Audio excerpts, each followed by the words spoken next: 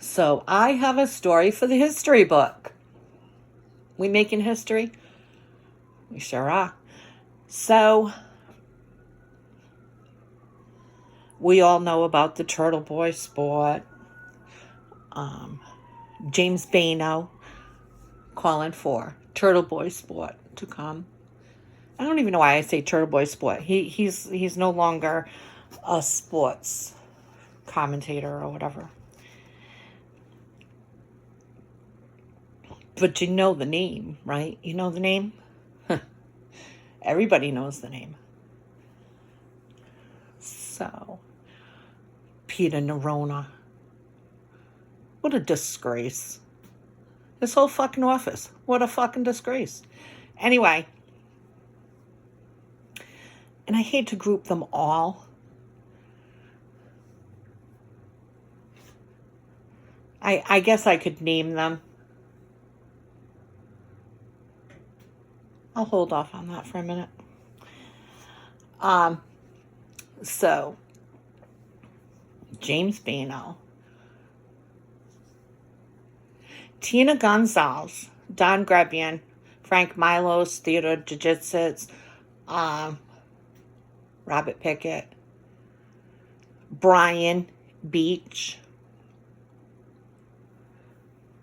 the council, Sean Driscoll, IA, the whole police department, according to Dave Holden.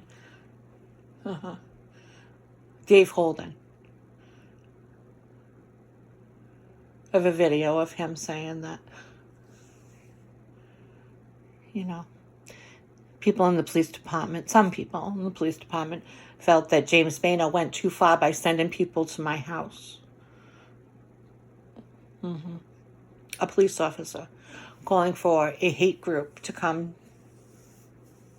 to my house. Anyway, Frank Milos, knowing all of it. And this is going to play a little bit into Frank Milos's fucking testimony where he acknowledges Turtle Boy Sports and says that we spoke about it. We never fucking spoke about it. The only thing that he said about it was that he never released anything to Kate Peter. And that was a fucking lie. His office most certainly did. Anyway, so James Bano left Pawtucket, went to East Providence, was a disgrace there, went to New Shoreham, where he was charged with assault on somebody that he had supposedly in custody or whatever. Now, let's fast forward to today.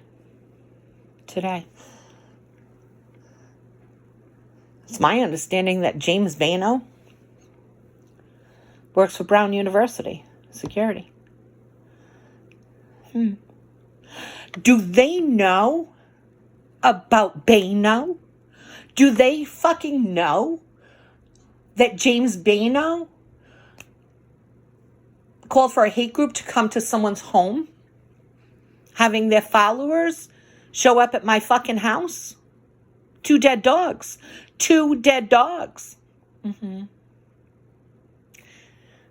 So Peter Nerona fucking standing there acting like, oh yeah, we're down on this. We're figuring it all out.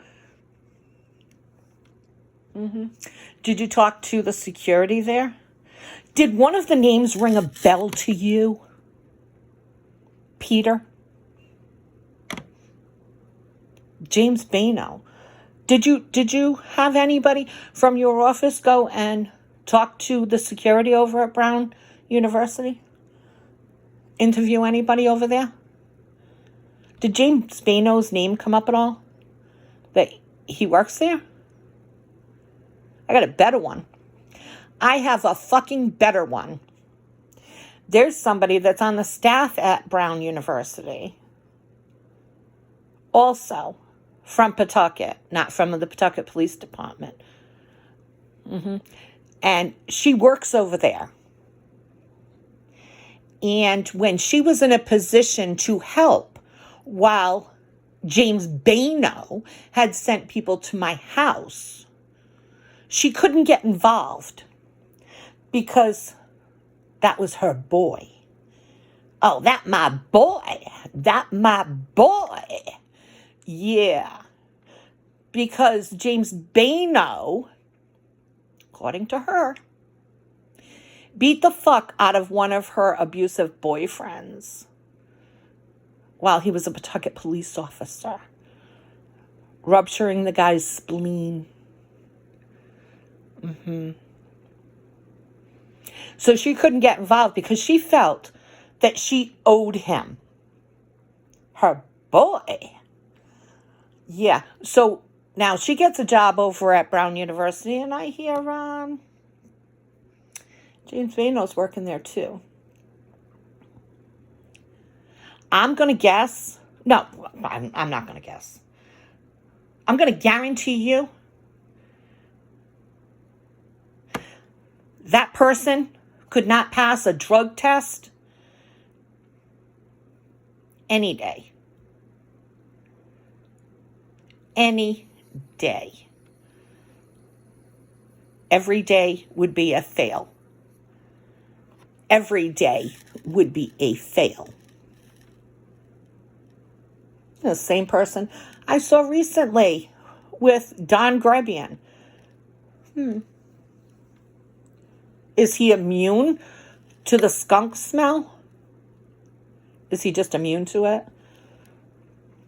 When she had her so-called position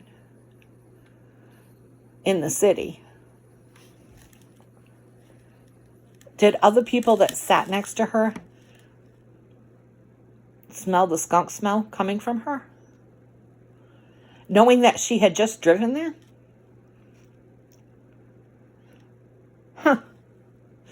Anyway, so Peter Nerona,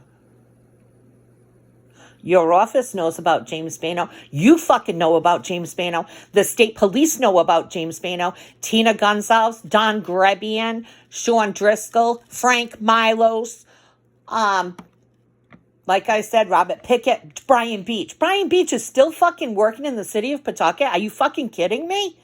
He was just as involved with James Bano, with sending people to my house, as James Bano. He was on there. He was on the live, getting people all riled up to fucking come to my house. Piece of shit. Fucking Brian Beach. You fucking piece of shit. Yeah. Frank Milos knows. Frank Milos knows about Brian Beach and his involvement. Why doesn't Frank Milos have anything to say about this? Integrity, not part of his makeup. A moral compass doesn't exist when it comes to someone like Frank Milos, who's the city solicitor, that fucking knows that a police officer that sent people to my home to harm me left with a pension, was able to continue on with a firearm to go to East Providence, and then go down to New Shoreham.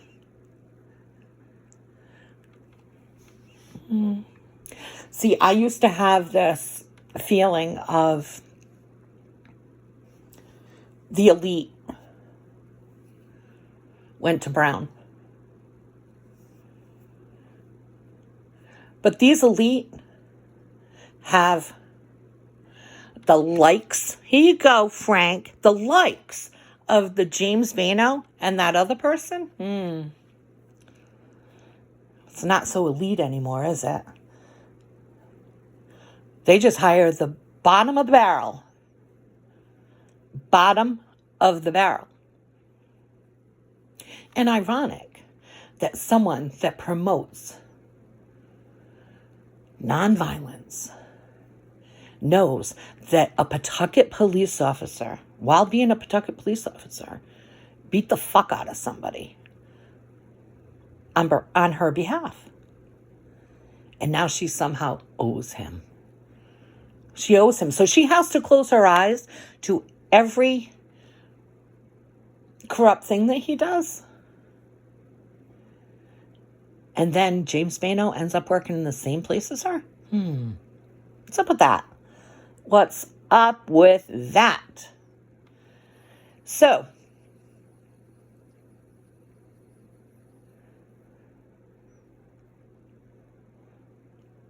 Peter, instead of worrying about Frank Milo dumping 104 phone calls, not answering, why he's allowing the police department to violate HIPAA, or the fact that Frank Milos asked twice for my son's report from the rescue run.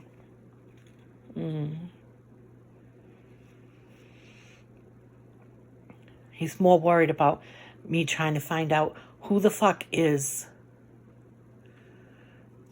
releasing my son's information. He doesn't want me asking this. He says he answered it. Frank Milo said, he answered my question.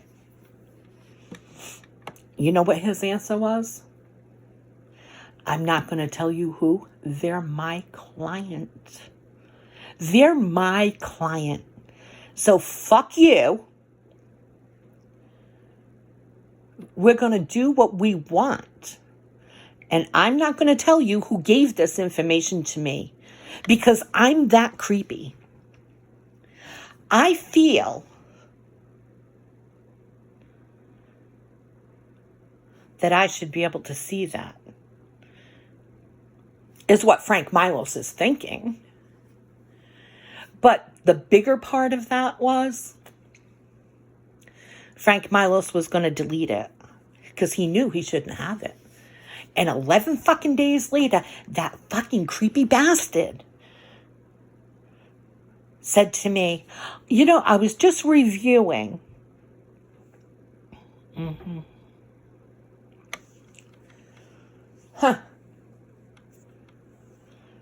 Not realizing that 11 days before that, I have him on an audio call telling me that he'll fucking delete it.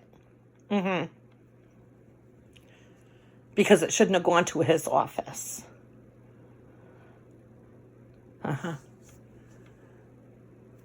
Or the video of Frank Milo sitting in his office, putting his hands up. You can see him putting his hands up.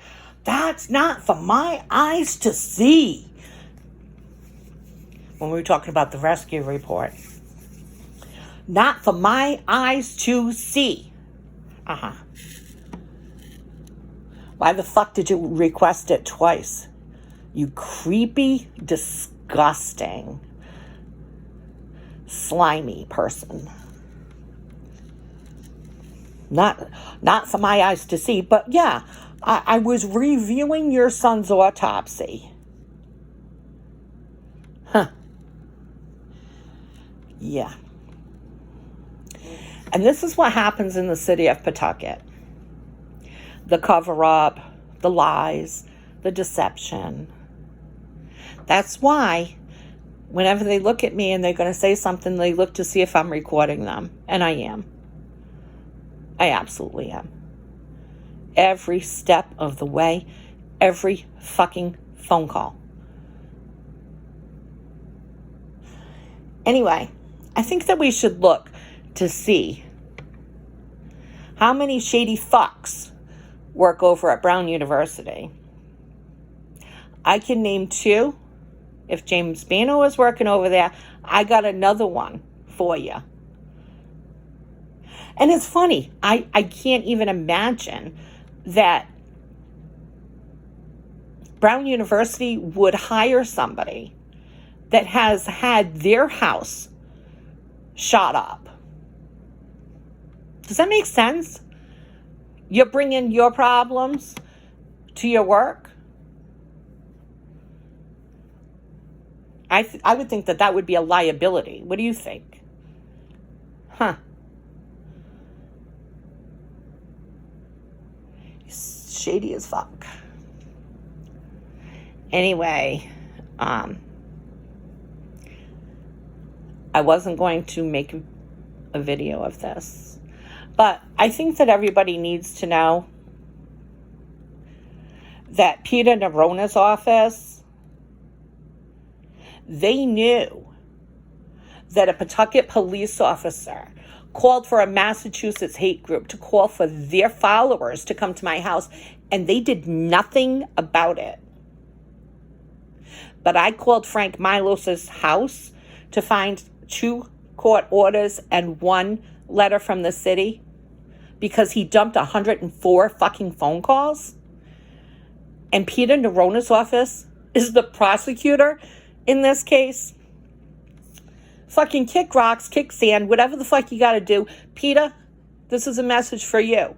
You didn't fucking care what was happening to Mrs. Farinelli when the Pawtucket Police Department was involved with sending people to my house, but you're worried about me calling Frank Milos looking for 3 pieces of paper. Fuck you. Fuck you.